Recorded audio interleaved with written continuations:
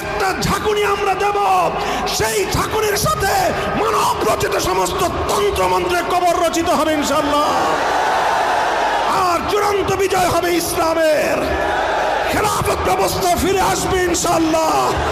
সারা দুনিয়াকে আবার ইসলাম শাসন করবে ইনশাআল্লাহ। সেই সূর্যের উদয়ের সুবহে সাদেকের আলো দেখা যাচ্ছে।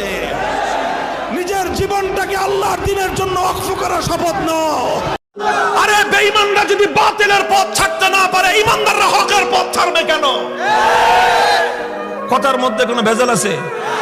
হিসাব কিতাব তো ক্লিয়ার, কথা তো পরিষ্কার এখানেই, যে এখানে নমনীয় তো তোমাকে হতে হবে। আমি কেন নমনীয় হব? যেখানে তুমি বাতিলের উপর, আমি হকের উপর, তুমি বদ্দিনের উপর, আমি দ্বীনের উপর, তুমি কোরআনের বিপক্ষে, আমি যখন কোরআনের পক্ষে, নমনীয় তোমাকেই হতে হবে। আমার নমনীয় হওয়ার কোনো স্কোপ নাই।